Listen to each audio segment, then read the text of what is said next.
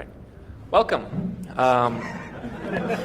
I know you've been waiting for this for a long time, so we're about to start. This is the Pwnie Awards 2009.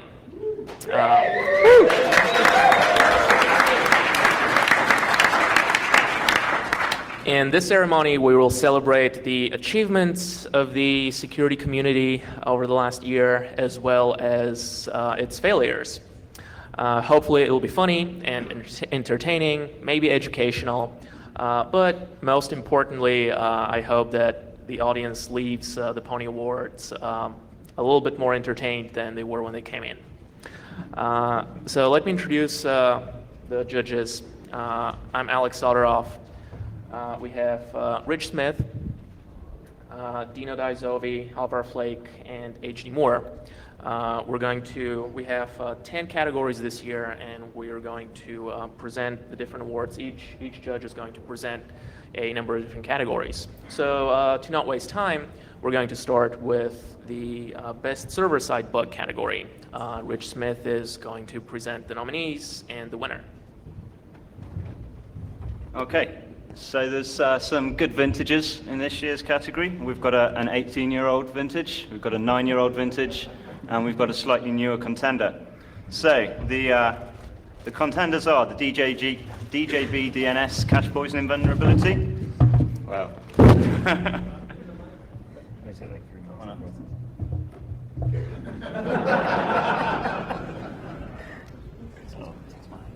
You're playing with these too much. So the DJB DNS cache poisoning vulnerability, the 1,000, and that's a whole $1,000 cash prize for this vulnerability, for a vulnerability, has stood for 18 years. Matthew Dembski managed to claim that prize, and DJ Bernstein put up the claim of the prize on his mailing list, and it actually got paid out, so that was good. A slightly newer vintage is the exact same Unicode escape that was used 9 years ago, was able to be used again to bypass ISS authentication. Kincope published that on full disclosure. I think it was used successfully by a lot of people. It was an enjoyable bug. And the slightly newer and indicative of the trend that you might see throughout the Pwnie Awards of a Linux bug that maybe didn't get the attention that it deserved from the maintainers of the operating system. It was only a memory corruption, it was a denial of service, but obviously these things can be improved on, and ScrackU managed to improve on that spectacularly. Again, a very, very reliable exploit, and again, that was used to good effect. So is there like drum rolls or whatever before we usually kind of pound the anticipation builds. So now, obviously, you're all at the edge of your seat waiting. It is the Linux bug that wins it. Unfortunately, ScrackU can't be here to receive the prize because he may be arrested. So we were trying to get a video acceptance. Again, that failed, but we do have someone able to accept it on his behalf, and I have it on good authority that it is a true acceptance on his behalf, not any bullshit that we've made up. So or they've made up to score a point. If Emo Flip would like to come up and collect the prize. I think this is where we applaud.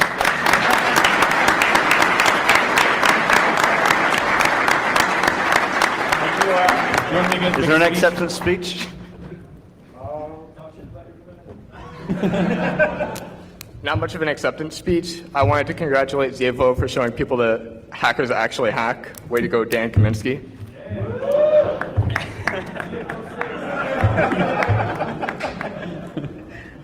Next up. Oh my. So for some bizarre reason, I've been told to do the client-side part. So a trend that we had this year is that for a few categories we had actually quite a few, or at least 2 really good nominees. It was really difficult to make a decision, and this is one of the categories where we had well, a lot of controversial discussion on which one to take in the end. And the first nominee here is a bug by Sami Koivu, I hope I'm pronouncing that right, and Giantines. And it's a Java vulnerability, and the beauty of it is it's really, really reliable across platforms, and reliability across platforms is just, I mean, cross-platform, I can't really explain why it is important. It's just important. It's important to me personally, and that's why I'm so moved.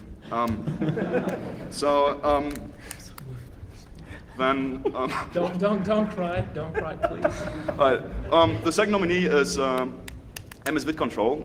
MS Vid Control, if you've attended the talk that Ryan Smith gave today, that's a bit of an awesome bug. Microsoft at some point decided that they would like to replace some area access with like safe area access stuff.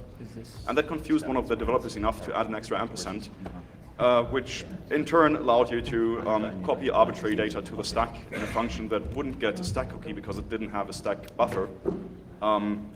That's general awesomeness.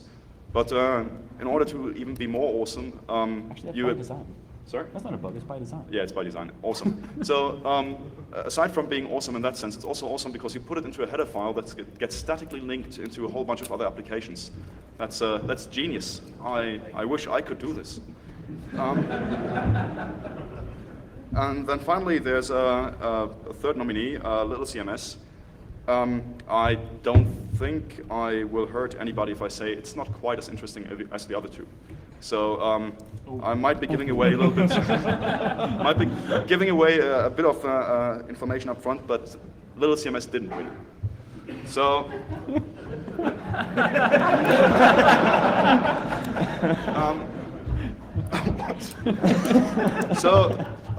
can somebody do the drum roll, please?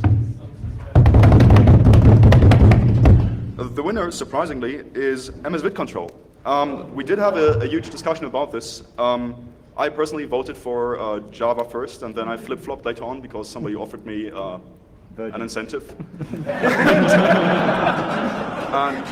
But realistically, I've had a long-standing love affair with statically linked libraries, and this Pwnie is recognizing that we all love statically linked libraries that are vulnerable. So Ryan Smith, could you come and fetch your plastic toy? Woo!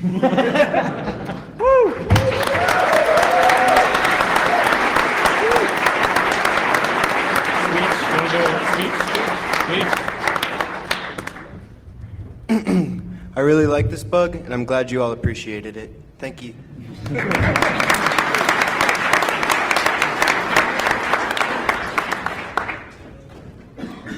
All right, so the next category is going to be the privilege escalation category, but before then we have a musical break.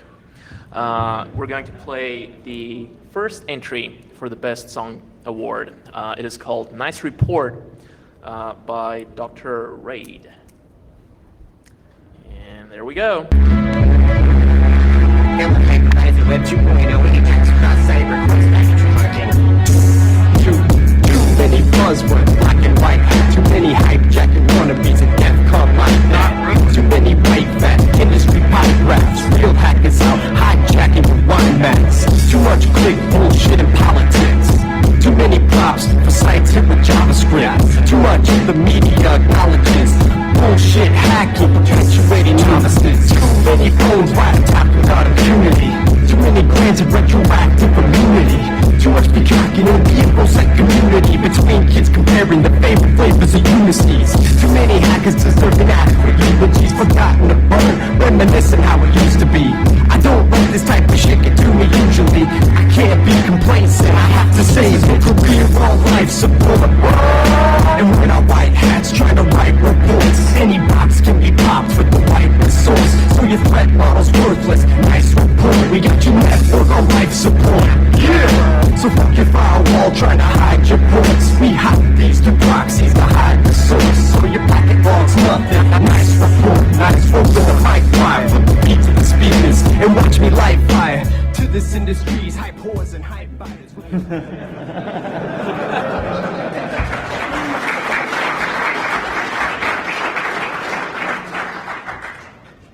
Those are the skills. The fading skills, not the song. All right. All right, so the next category is Best Privilege Escalation. And let me bring this bad boy up. It's a new category. This is actually a new category for this year. And more importantly, it was a new category by fiat.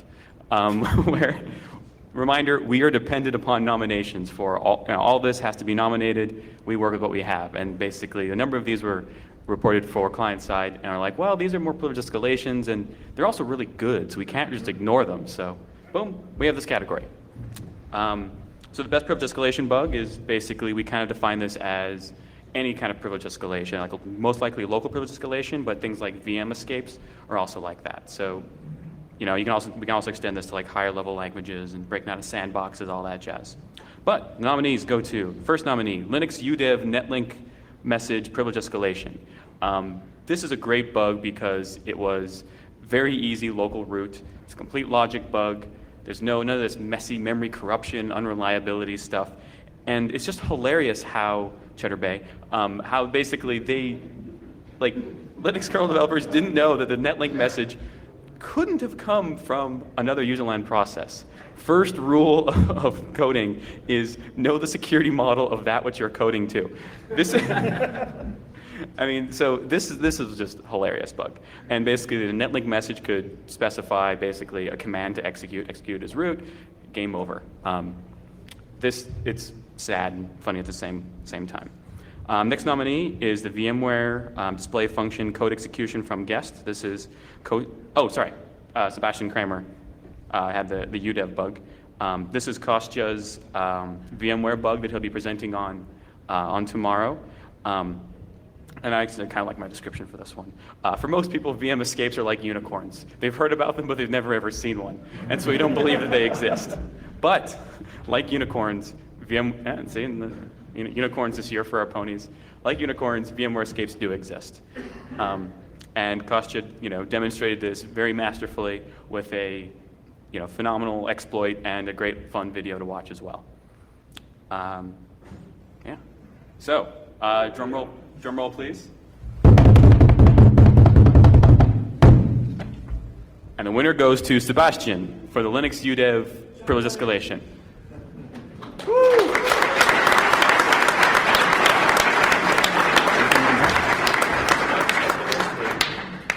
You might discuss the horse trading. The horse trading. Well, we do have to discuss the horse trading that went on behind the scenes for a second. Because essentially we had a toss-up on both this category and the previous one, where you couldn't really decide, and then we had the argument that we should give one pony to a logic bug and the other to a memory corruption bug, because we didn't want to give two bugs, like two ponies to logic, or two bugs. I'm confused now. So, core point is we did not want to give two ponies to logic bugs and none to the memory corruption bugs, and we didn't want to give both ponies to a memory corruption bug, so we ended up horse trading, where I switched my vote over from Java to MS Bit Control. Flip-flopper. Yeah. True. And so in essence, the quality of the bugs in both categories were equivalent. I mean, the problem really is that memory corruptions are messy and time-consuming, and logic bugs are not. So that's how we got to this.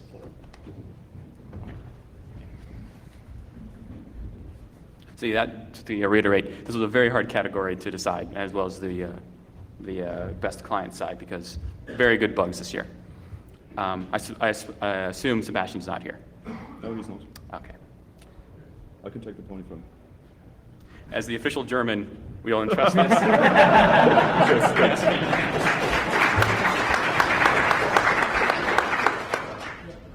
right. Now HD for mass orange. We won. Mass orange. So the next category we're going to discuss is mass ownage.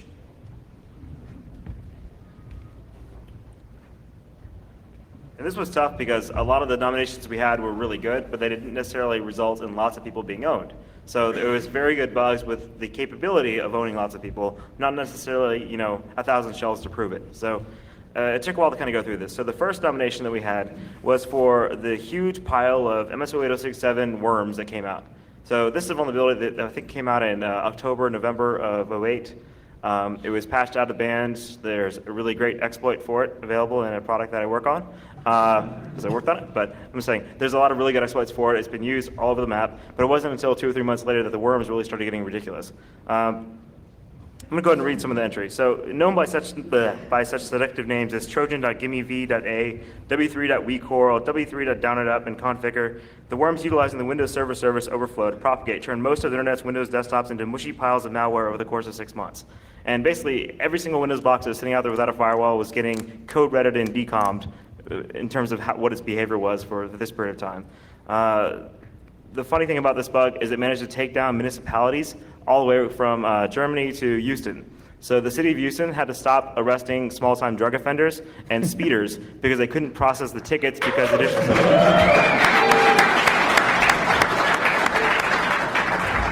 At the same time, the UK Air Force had to shut down their computer network because of this bug. So in terms of the amount of impact that one crappy little memcopy or a little for loop had, this was pretty funny. I mean, bad. And the best way to know you have a good Microsoft bug is Mike Howard writes an apology for it on the blog. That's true. The second nomination we have is for the Green Dam Youth Escort long URL stack buffer overflows. There's actually many of these. But basically, China's Ministry of Technology decided that they wanted to put a filter on every desktop that shipped in China.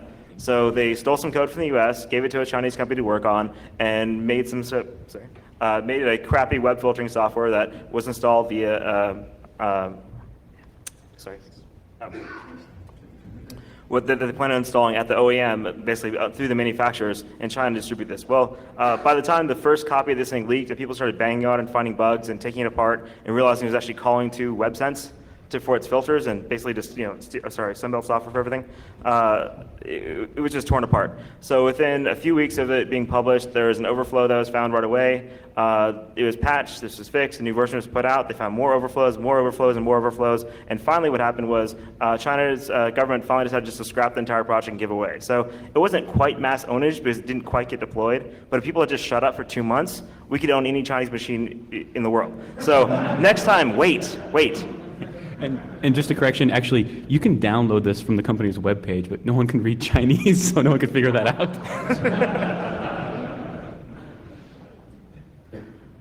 So our last nomination for mass ownage was when Red Hat Networks, this is actually right after Black Hat last year this happened. So this would have been a good contender for last year, but the attackers didn't get caught quick enough. So next time, make sure that if you're going to bust somebody owning all of your signing systems for your package management, do it right before the ponies. We have time to actually write it up. So we'd appreciate that. So shortly after Black Hat last year, Red Hat noticed that someone is actually distributing a signed OpenSSH package from one of their mirror servers that was signed by their private key and had a backdoor in OpenSSH. So at this point, there's usually a problem here. It's like, 1, someone got access to a private key. So 2, they got access to a mirror server. 3, they managed to distribute this thing we never noticed. So what makes this bug really bad and actually puts it into the mass ownage category is that someone got access to their private key and that private key was never revoked. So, exactly. So Well, see, I mean, we can all, appreciate Red Hat's error in this circumstance, because if someone steals your private key, of course you notice that it's missing. So it wasn't missing, so no one stole it. So we got to get off their back, give them some credit. So the scary thing about this is they said, well, someone does access, our signing service. So they didn't actually access their signing server, but they don't know, we don't know. We have no idea how many machines got backdoored, how many packages out there are actually trustworthy, and who has access to this private key. So this may still be the best mass ownage bug, but we don't really know yet, and that's really the reason why it's nominated and the reason why it's on here. So without any further ado, let's go ahead and get a drum roll.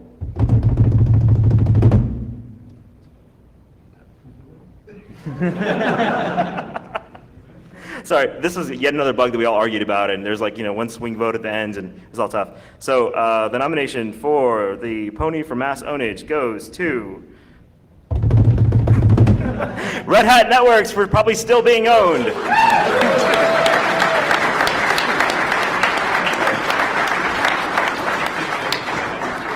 Are there any folks from Red Hat Security who would love to own this nice, shiny gold doll? Yeah, we love you. Come on. It's pink on top. It's got a horn. And they smell good too. Nobody?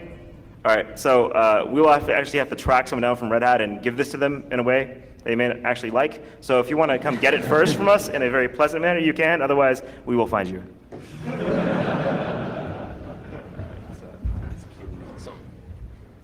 All right, so now we have the second musical break. This is the second entry for the Best Song Award. It is called 50 Ways to Inject Your SQL. And actually, we have a video too. Now, for anybody born after 1950, you're probably not familiar with the original song. There. It is a song by Paul Simon, but I personally think that the cover is actually better. You might remember Paul Simon from Saturday Night Live. He was really funny on there. Apparently he's a musician too. So here we go. Here we go.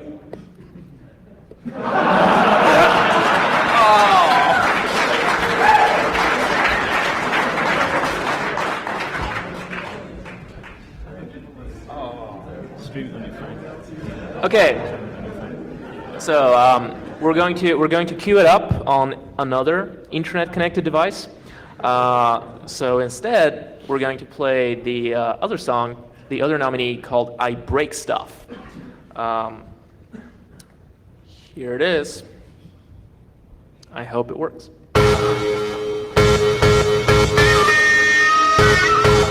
They call themselves anonymous. They are hackers on steroids. Algorithmic integrity, I'm the gold login. If motherfuckers step up to me, I'll just hack them again. Security and purity ain't synonyms to me. Cause I'll smash your fucking stack and return till it's C. I'll buzz your cuz, I'll sit scan your box. Even playing CTF and zero cool build the stocks. I'm on way to the shadow as I make the traversal. Cause I don't give a fuck that my lab is controversial. I love the circumvention, it's a puzzle in the world behind common conventions. Psychological warfare being half the game, with the other half requiring technical acclaim. Every hole, every exploit requires an eye, a special mindset to see between the lines. We've read all the docs and we know how it works, but which set of variables will make it go berserk? This is my life, this is how I kill time. I'm rich for a living, that's how I make time. I'm like Sarah Palin when I'm taking an attack. My PM is my chopper when I'm hunting down a hack. Nice fade. Thank you. All right, go for it.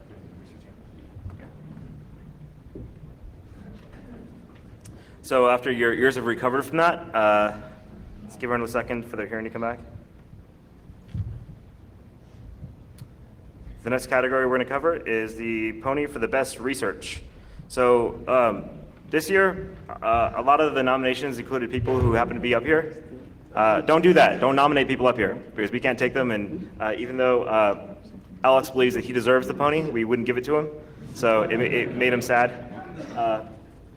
So instead, we only really had 2 good entries that were nominated. So there's lots of really good research this year, but keep in mind that for future Pwnies, if you don't submit it, we don't add it on here. We don't ballot stuff for the most part. At least I don't ballot stuff. I don't know about Alex, but you know. So the first nomination we have is for the generic unpacking of self-modifying aggressive packed binary programs. This is a research project by Pwnie for a tool called MBOP. I'm probably saying that wrong, but I'm not a Hanson kid, so MBOP apparently. I'm glad I missed that musical cycle. So what this tool does is an automated unpacker for obfuscated and encoded and packed binaries. So very useful tool, useful for all sorts of things. Pwnie does all sorts of other great projects from his conboot to everything else. So we think he's a great guy. We think it's a great project. It's not very offensive, but it's still a good technique for anyone who's doing defensive or malware analysis. So we think it's actually a good entry for research. Well, everyone but Halvar thinks that. Halvar abstained from this vote as well. So we have to have at least one hater up here, otherwise things don't go very well. The next category we talk about is the from zero to zero day for the Symbian platform. This is by Bernhard Müller or Miller, depending how you pronounce it. This is a comprehensive white paper on basically how to start dynamically instrumenting, fuzzing, testing, breaking applications on the Symbian platform. It was good in that it found 14 different crashes for the platform, but unfortunately there was no exploit code posted. So we think it was a good start, and we think this is a good nomination, but we really would love to see more actual, here's an owned phone or 5. The next category is disqualified, which unfortunately means that all the folks who worked very hard with Alex also lose. But basically, Don't work with Alex. yeah. Do you want to talk about your project? Let that be a lesson. You sure? It's your project. I don't want you to You can talk about it. It's done. I can. Okay. It's disqualified. It's done. It's disqualified. So you can talk about it if you want and read it if you like, but don't worry about it. So it's it really sucks if your name is Jacob, Arjun, David, Dag, Bene, or Mark. So sorry guys, blame him. So I guess it goes straight to the drum roll. Is it? Yeah, you're the official drum roller. All right. And the winner is for Best Innovative Research is from 0 to 0 Day on Symbian!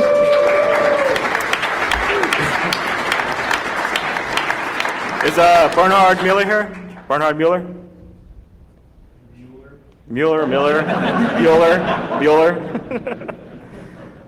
All right, so this actual nomination comes with a caveat. This award comes with a caveat.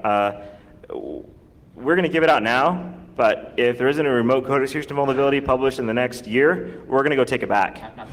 Not exploit. Remote code exploit. Reliable across 5 different phones. Yes, so Halvar says unless it's across 5 different phones, he will show up at his house and take that pony back. So It doesn't have to be published. Just sending it to the pony judges is also sufficient. So we can verify its integrity. do you want to be the official German again? No.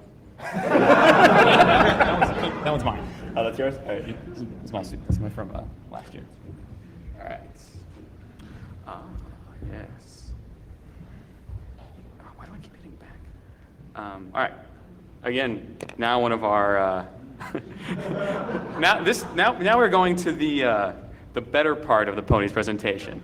First, we award people for doing great work, and now we shame.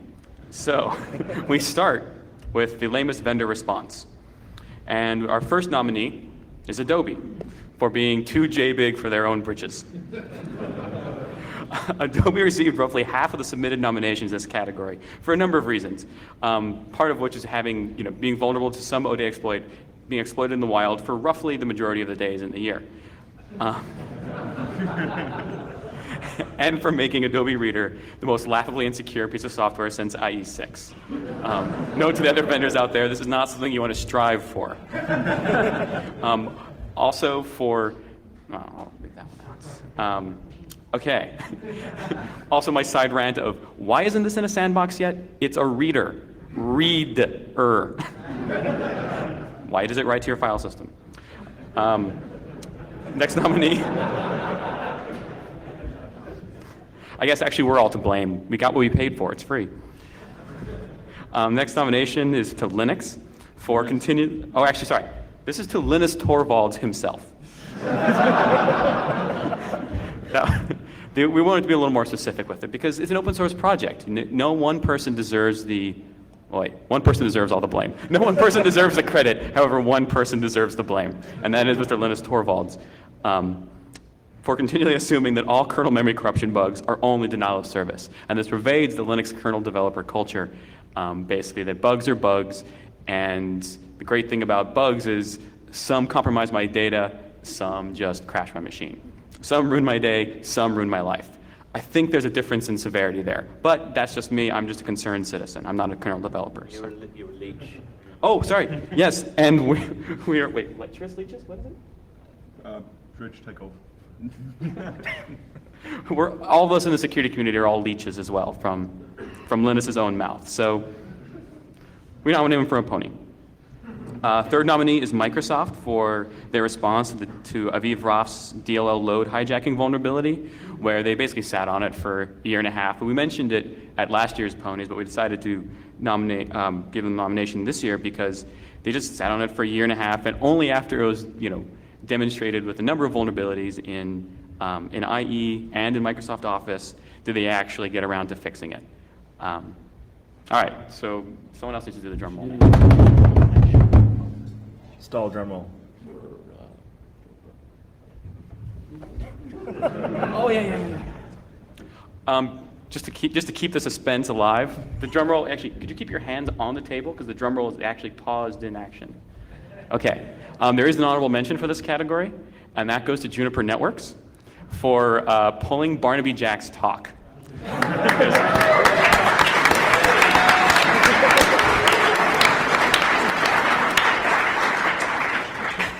If you've been out with Barnaby, you've probably seen him make it rain, but we wanted to see it all on stage. All right, drum roll, please. And the winner goes to Linus Torvalds.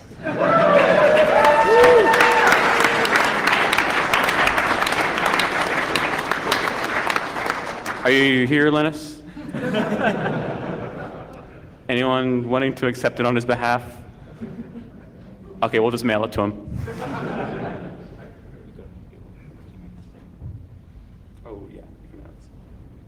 All right, so now we're going to do our backup of the for the last song, which is 50 Ways to Inject Your Sequel, using the only thing that any of us trust to get on any network here.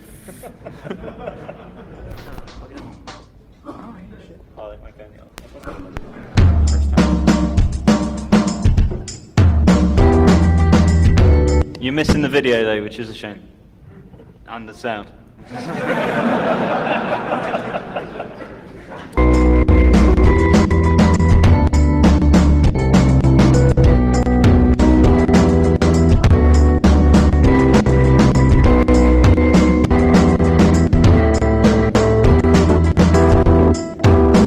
I see your inputs not working properly.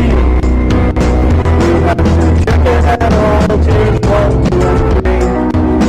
Give me a brown and white so you will agree. That's me, 50 ways to check your sequel.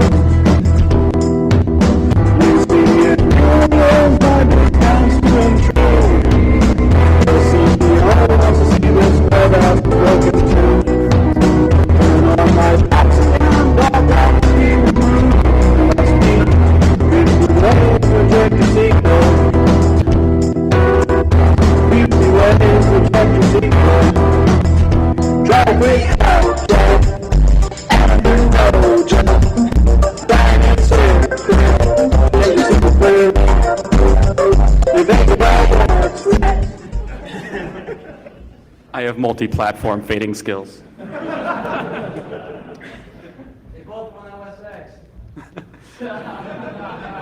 All right, I'm a one-trick pony. You got me. All right, so now the nominees for most overhyped bug.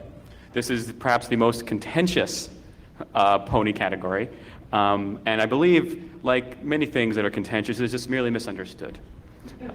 This is largely a dedication to the media circus that is the industry in which we work.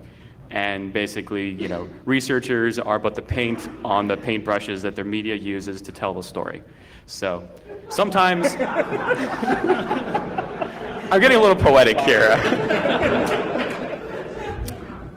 You know, basically, sometimes like a fine Van Gogh, the paint is applied masterfully.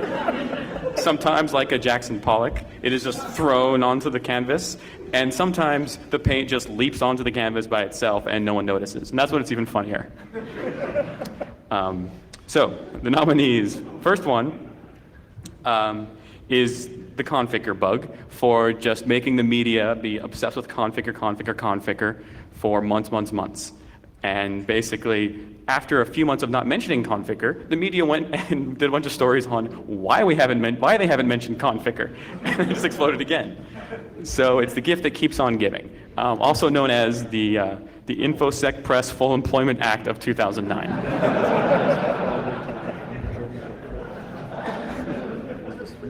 The next nominee is to the Anti-Sec group for unspecified open SSH ODay. These the reports of this vulnerability, without full details, caused a number of companies, ISPs, to shut off all SSH access, forcing their users to use clear text FTP to log into their servers.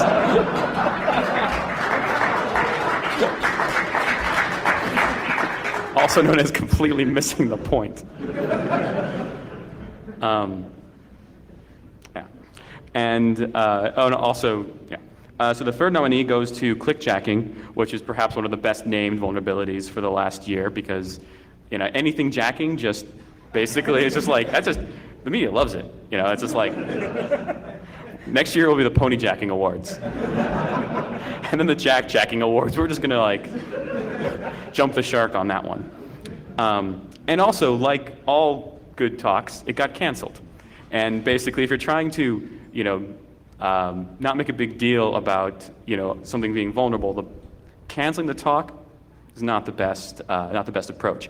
And also, I'd like to put in a personal dig to Adobe for fretting about this and canceling it again while there was a bunch of PDF ODE being exploited in the wild. Again, missing the point. There's something that is a problem that may become exploited in the future, and there's basically your house on fire right now. So, yeah.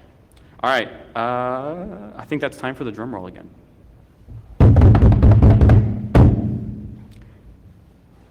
And the winner goes to Conficker.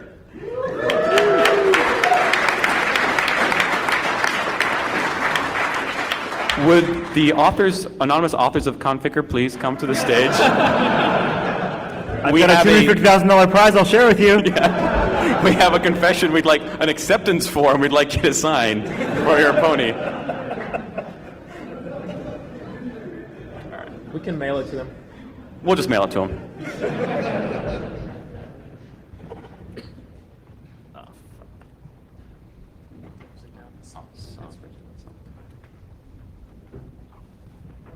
So, you heard 3 masterpieces of why people should stick with what they're doing.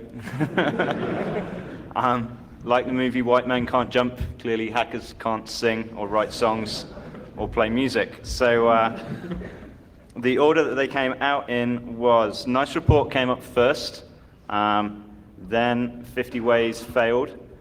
So we subjected it with I Break Stuff, which is a little bit harsh on the ears, and then we ended out with a nice 50 Ways to Inject Your SQL. So, I'm not going to play them all again for your own safety. So, a drum roll. And Nice Report is the winner. So,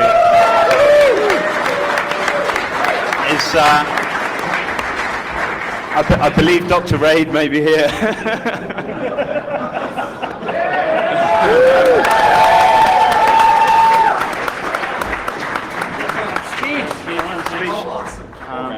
Freestyle. Freestyle.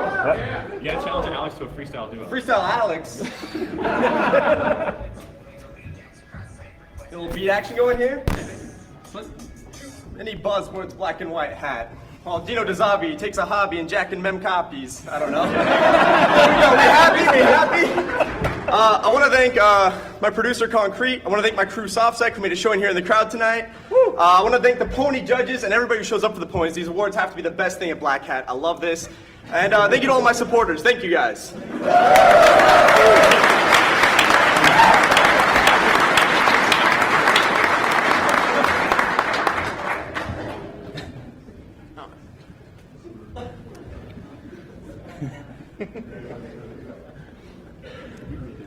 All right, so the next category is most epic fail. This is one of my favorite ones. I was really happy last year when we first introduced it. We had some great entries. So the first one is the Strong Webmail contest, in which they challenged hackers to break into their webmail system. And I think it only took a team of Lance James of Efroff and Mike Bailey only like an hour or a couple of hours to less than an hour? Okay, less than a minute to find the first hole. And very quickly they had owned their CEO's webmail account. I think this nominee was great precisely because of them challenging people to hack them. Them trying to show how secure they are and just failing miserably in a very, very, very short time. I don't know if the actual bugs were made public, but I would assume that the bugs were not terribly complicated and probably kind of embarrassing for the strong webmail people. So this was the first nominee. Great story.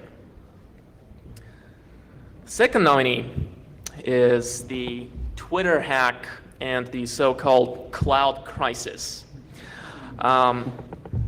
This was a great thing, great hack. So what happened apparently is one of the administrative assistants at Twitter was hacked. Their personal email was compromised through the password reset feature, which I believe about 50% of the famous hacks over the last year were using. The password reset feature, which got everybody. I don't know if maybe Kaminsky also had a password reset feature. We don't have details on that. But in the Twitter case, the attackers tried the password reset, and Gmail told them, yes, I've emailed a new temporary password to the old email that you had registered with the system. And they showed the email with most of the letters obfuscated with stars, except for the first letter and then also the first letter of the domain, which was H, and it ended in .com. So obviously it was Hotmail. So they guessed that the username would be the same. So then they went to Hotmail and they tried this account, and it turned out that the account had expired. So all the attacker had to do was register the account at Hotmail and then go through the password reset feature again, and they received the password. Now, this is just a regular hack of an email. It shouldn't really get you that far into a corporate network. But in Twitter's case, it turned out that this account had access to Google Apps. And from there, it had access to all kinds of internal documents, including a spreadsheet of passwords to other Twitter things. I believe also the Amazon account of the founders of Twitter was compromised, maybe some credit cards, PayPal accounts, list of servers, projections, business projections, which according to TechCrunch, who published the information that was stolen, according to those projections, Twitter was hoping to have 1 billion users by 2013, I believe. So I think this shows as I think Dave Eitel wrote this, and he put it very well. If you live by Web 2.0, you die by Web 2.0. If you put all of your eggs in the Web 2.0 basket, make sure that your password reset feature doesn't let anybody on the internet get access to it. So Can you repeat that? I was checking Twitter and attention. Yes. So who here? Let's do a roll call. Who here does not have a Twitter account? Oh wow! What century do you live in? Well, maybe it's good for you. So the final nomination in this category is the default Linux kernel security. And the general behavior of the Linux kernel team, including Linus Torvalds, and just the development practices that he has pushed through the organization of the Linux kernel developers. Now, we do understand that most of them work on the Linux kernel for free. They're doing this out of their own good heart. And it is true that it is hard for developers to get a good understanding of security bugs and to be able to review all of these potential security bugs and fully understand their implications. But this points out to a problem with the Linux kernel development process, which should be remedied by Linus Torvalds recruiting more developers with security expertise, maybe getting more of the Linux sponsors to provide them with security people or security sponsorship, instead of calling the people in the security community leeches who are trying to make developers do work that is not fun. Well, security is not always fun, but it is usually necessary. So the winner of the most epic fail for 2009 is Twitter.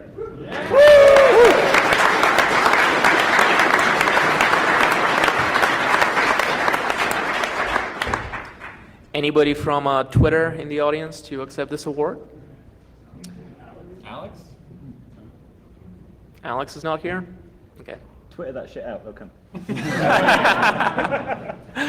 All right, so we can mail it to them. I think we actually know one of the guys at Twitter, so I'm pretty sure we'll be able to get the pony to them. Give them some pony love. Everyone Twitter this. Yes, Twitter it and they will come. So, with this out of the way, we get to the final category for tonight, and this is the Lifetime Achievement Award. This year we have three nominees. The first one is Fravia, or Fravia Plus. Some of you probably know what the plus stands for. The rest can Google it. Fravia has been very... Plus. Tell me how that works out. So, Fravia has been, jokes aside, Fravia has been very, very influential on pretty much anybody of my generation in the community. I certainly personally, I learned a lot from Fravia's website, from the community that he fostered, from the idea that information about reverse engineering, information about software protections should be exchanged freely, and it should be used for educational purposes. I've been doing a lot of work on reverse engineering, and honestly, a lot of what I learned initially came from Fravia's website, so I owe him a lot. And I'm sure that a lot of other people in the audience, a lot of the Black Hat speakers, also owe a lot to Fravia and the community that he was able to build and all the information that he was able to share with everybody. So the second nomination is for Solar Designer. I believe Solar Designer was also nominated last year. Unfortunately, he didn't win, but he is certainly most deserving of this award. Solar has been doing the stuff that we're considering cutting edge now, back in the 90s. To the best of my knowledge, he invented Return to libc. I think he published the first exploit that used this technique and thrust it into the public attention. He's done a lot of very interesting work with the hardened OWL Linux system, which he also started in the mid-90s, I believe. This was one of the first projects to build a hardened Unix system. And together with the OpenBSD efforts, this was one of the catalysts for trying to solve these security problems, and not just by fixing holes and grepping for string copies, which a lot of other people were doing too, but also by looking at fundamental design issues, such as the amount of set UID binaries that you have to have, the design of the password system, the design of the authentication system. These are all areas that Solar Designer and the OWL team has been looking at and has been trying to improve. And some of these improvements have gone into the more mainstream Linux distributions as well. So we all owe this to him.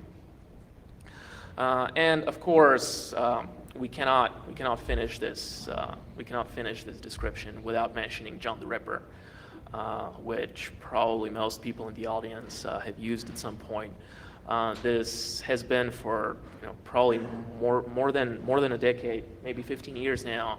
This has been the premier password cracker out there. It has been very flexible, supporting many different formats, with very, very good quality code. So this has been something that has been really useful, and a lot of people in the community have used this tool. I think on the survey that Fyodor runs on his website, the survey of security tools, John the Ripper consistently comes in the top security tools out there, rated by the submissions by the security community. So the final nomination is to Dark Tangent, who not only started this conference, but he also got the distinction of being invited to the U.S. Department of Homeland Security Advisory Council, where he's rubbing elbows with former CIA directors and all kinds of shady spooks. I'm sure that he will try to tell them what's really happening. I don't know if they will listen, but I think that it is a great thing to finally have one of our own up there recognized in such a way. So certainly over the years, through Black Hat and DEF CON, Dark Tangent has given a lot to the community. So that's why we have a nomination. And I believe he's over 30 as well. So it's that time.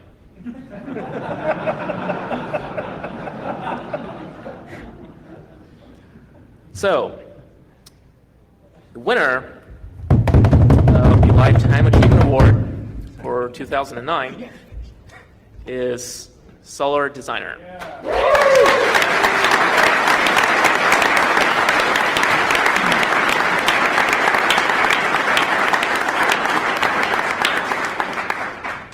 And I don't think he's in the audience, unfortunately, but we will try to find a way to get him the pony.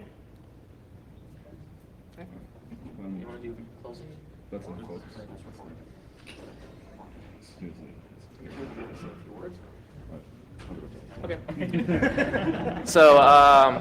Okay. So this has been the Pwnie Awards for 2009. I hope you all enjoyed it. We're going to play a nice report again.